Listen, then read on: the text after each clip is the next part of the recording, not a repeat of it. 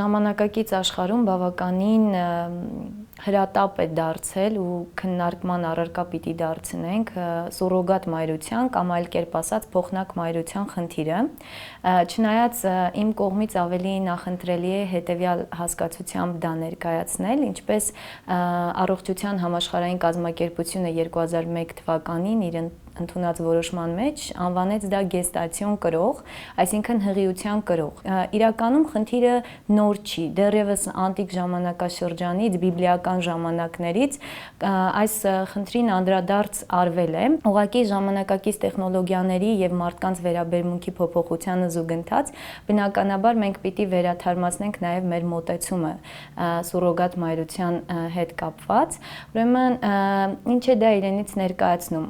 Երկու տարատեսակ, հիմնական տարատեսակ են առանձնացնում ավանդական եւ գեստացիոն։ Ավանդական սուրոգատ մայրությունը հետեւյալն է, որը հենց այդ հին անտիկ ժամանակներից, բիբլիական ժամանակներից գալիս է, այսինքն երբ որ մայրը չբերությամբ էր տառապում կամ ուներ ինչ-որ խնդիրներ, որի պատճառով չէր կարողանում հղիանալ, ամուսինը ինչ-որ կնոջ միջոցով, որը լինում էր ձվաբջիջի տրամադրողը նաեւ, գենետիկ կապ ուներ նաեւ երեխայի հետ ու այդ ճանապարհով երեխա էին ունենում, բայց փոխանցում էին կենսաբանական հորը եւ մորը, ով ամուսնացած էր տվյալ մարդու հետ։ Այսինքն սա է ավանդական ուրեմն սուրոգատ մայրությունը, դրա մի երկրորդ տարատեսակն էլ կա, երբ որ ոչ թե սեռական ակտի միջոցով է հղիանում կինը, այլ արհեստական ճանապարհով, բայց նորից սուրոգատ մոր ձվաբջիջի հետ բեղմնավորում են հոր բջիջը եւ 2-ից 5 օր դա պահվում է արհեստական միջավայրում, այնուհետև տեխնոլոգիաների միջոցով տեղադրվում է կնոջ այդ սուրոգատ մոր արգանդ, որտեղ շարունակում է մնալ 9 ամիս։ Սա եւս ավանդական սուրոգատ մայրության ուրեմն տարատեսակներից մեկն է։ Իսկ երկրորդ տեսակը գեստացիոն, երբ որ գենետիկ որևէ կապ չկա այդ հղիության կրողի եւ երեխայի միջեւ, այսինքն ծնողները դիմում են ինչ-որ երրորդ մեկին, տրամադրում են իրենց բջիջները սեռական եւ այդ արհեստական ճանապարհով բեղմնավորվում է, հետո տեղադրվում այդ կնոջ արգանդ, որտեղ 9 ամիս մնալուց հետո երեխան ծնվում է, որևէ գենետիկ կապ չկա երեխայի եւ սուրոգատ մոր միջեւ։ Խնդիրը այնպիսին է, որ դիսցիպլինար խնդիր է, միջդիսցիպլինար խնդիր է, այսինքն պիտի ներկայացնենք եւ իրավագիտության եւ բժշկության եւ բնականաբար էթիկայի տեսանկյունից, նախ անդրադառնամ իրավագիտական այդ տեսանկյանը, հետո բնականաբար մյուս երկուսին եւս անդրադարձ կանեմ։ Ուրեմն նախ ասեմ, որ աշխարհում եւ Հայաստանում մի փոքր տարբեր կերպ է ընդունվում, բայց կան բնականաբար ընդհանուր ինչ-որ դրույթներ։ Երկրներ կան, մասնավորապես Ֆրանսիան, օրինակ կատեգորիկ դեմ է սուրոգատ մայրությանը, համարելով դա անբարոյական երևույթ, բայց ընդունված է սուրոգատ մայրության երևույթը մասնավորապես Վրաստանում, Հնդկաստանում, Ամերիկայի Միացյալ Նահանգների որոշ նահանգներում, Ռուսաստանում,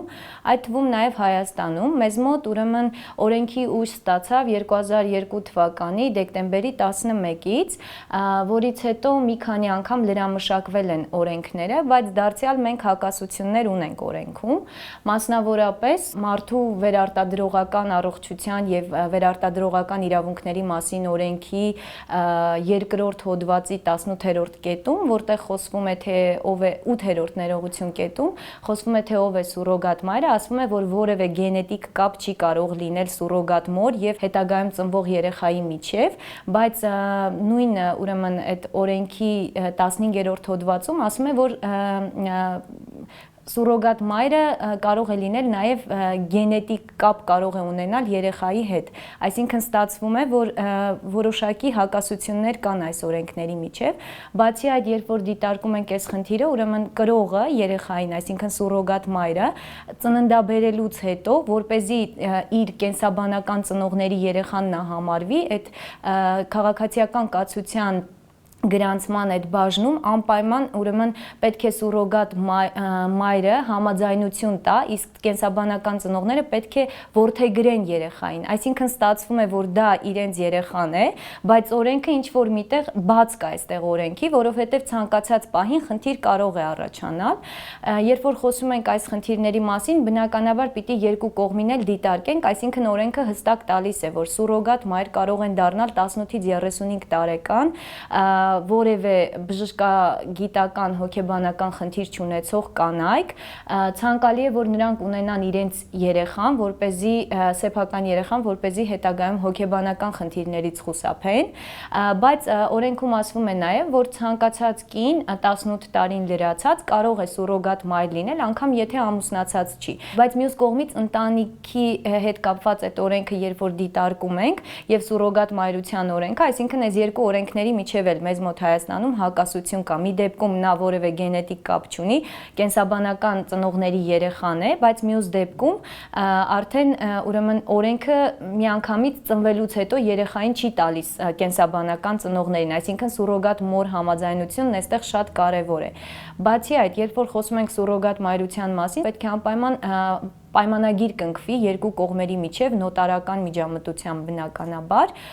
որից հետո, բայց էլի բացեր ունենք օրենքում, օրինակ օրենքում չի ասվում, որ եթե լինում են, որովհետև արհեստական բեղմնավորման հետևանքով ծնվում են ոչ թե մեկ, այլ մի քանի երեխաներ։ Այս պարագայում օրինակ ծնողները կարող է պատրաստ չեն ընդունել այդ երեխային ու օրենքը դա չի կարգավորում։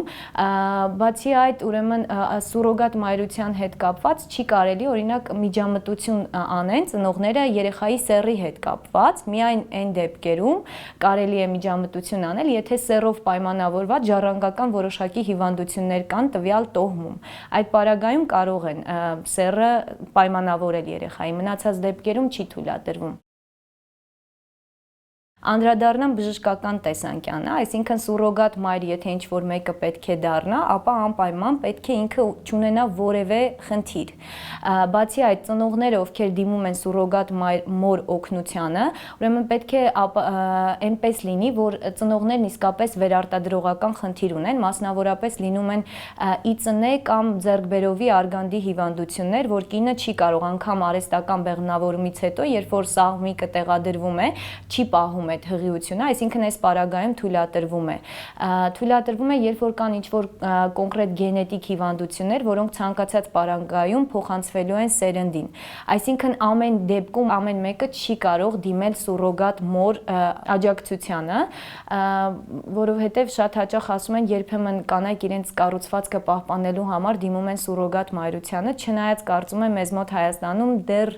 վաղ է խոսել այդ խնդրի մասին, որովհետև մեզ մոտ դեռ այնուամենայնիվ պահպանվում են, որոշակի պահպանողական բաներ դեռ ունենք մեր հնուց եկած, խոսելով ուրեմն բժշկական տեսանկյան մասին, երբեմն ասում են, որ սուրոգատ մայրը, որոշ տեսաբաններ գտնում են, որ սուրոգատ մայրը կարող է ունենալուց հետո, մինչև ունենալու պահը, ուրեմն որոշել ու հրաժարվել երեխային տրամադրել կենսաբանական ծնողներին, բայց իրականում, եթե այնպես լինի, որ սուրոգատ մայրը կարող է հրաժարվել երեխային տրամադրել կենսաբանական ծնողներին, կստացվի, որ բժշկական տեսանկյունից այս խնդիրն իրեն արդեն սպառած կլինի, որովհետև սուրոգատ մայրությունը ընդունված էր զուտ նրա համար, ընդունվեց զուտ նրա համար, որպեսզի կարգավորվի չբերության խնդիրը հասարակության մեջ, մասնավորապես էլի դիտարկենք հայ հասարակության մեջ, մեզ մոտ այդ խնդիրը մենք ունենք, եթե դիտարկում ենք աշխարհում առավելագույն չբերության այդ տոկոսը կանանց շրջանում կազմում է մոտավորապես 15%, մեզ մոտ վերջին տվյալներով ասում են շուրջ 18%-ի է հասնում, այսինքն մենք երբ ունենք դեմոգրաֆիական խնդիրներ, բնականաբար այս հարցը մեզ պետք է անհանգստացնի։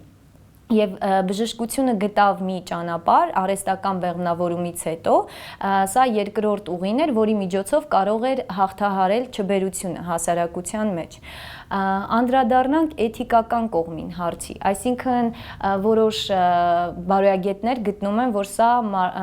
ուրեմն մարմնավաճառության ինչ որ տարատեսակ կարելի է դիտարկել, կամ սա կարող է ինչ որ որոշ կանանց օրինակ թրաֆիքինգի ենթարկել, այսինքն ստիպել, որ նրանք գնան դրան, մի ժամանակ ուրեմն մինչև կարծեմ 2012 թվականը մեզ մոտ նույնիսկ օրենքում որոշակի փոփոխություններ արեցին, ինչու, որովհետև ցանկացած ազգի ներկայացուցիչ կարող էր դիմել հայ կնոջ օգնությանը որպես սուրոգատ մայր, որովհետև մեզ մոտ բավականին էժան է, մոտավորապես 25-ից 30 հազար դոլարի սահմաններում, մինչդեռ երբ որ համեմատում ենք Ամերիկայի ու Ռուսաստանի հետ, բավականին տարբերվում են, անգամ կրկնակի մինչև 50-60 հազար դոլար հասնում է Ամերիկայի Միացյալ Նահանգներում սուրոգատ մոր ծառայություններից օգտվելը։ Եվ որպեսզի հայ կանայք չվերածվեն ինչ-որ թրաֆիքինգի թիրախների, օրենքում փոփոխություն արեցին, որ միայն Հայաստանի Հանրապետության քաղաքացիները կամ Հայաստանում ապրող մարդիկ կարող են դիմել սուրոգատ մոր օգնությանը։ Բայց այնուամենայնիվ, երբ որ էլի բարոյագիտական կողմին ենք անդրադառնում, այստեղ քանի որ մենք էլի քիչ թե շատ ավանդական հասարակություն ենք, ստացվում է, որ կարևոր է նաև շրջապատի կարծիք, այսինքն 9 ամիս կինը հղի է եւ արդյունքում երեխա չկա։ Հոգեբանական խնդիրներ եւս առաջացնում է, տեսեք, ես սկզբում խոսքումս նշեցի, որ պետք է ցանկալի է, որ սուրոգատ մայրը ունենա իր սեփական երեխան, բայց երեխան 9 ամիս մորը տեսնում է հղի եւ այնուհետեւ երեխան չկա։ Այսինքն երեխայի համար եւս սա կարող է հոգեբանական որոշակի խնդիրներ առաջացնել, երբ որ ինքը մտածում էր, որ մայրիկը շուտով պիտի իրեն եղբայր կամ քույր պարգևի եւ արդյունքում չկա։ Այսինքն երեխայի հարցեր կտա բնականաբար, որոնց մայրը չեմ կարծում ի վիճակի կլինի պատշաճ պատասխան տալու։ Երբ որ խոսում ենք սուրոգատ մայրության խնդրի մասին, հոգեբանական տեսանկյունից, ուրեմն նախ պիտի նշեի ես խոսքումս, որ սուրոգատ մորը նաև հոգեբանական աջակցություն է ցուցաբերվում ողջ հղիության ընթացքում, որպեսզի հնարավորինս ինքը չկապվի երեխայի հետ, բայց իր դրական եւ բացասական ուրեմն կողմերով անդրադառնալով սուրոգատ մայրության խնդրին, այնուամենայնիվ ասում ենք, որ գենետիկական որևէ կապ չկա սուրոգատ մոր եւ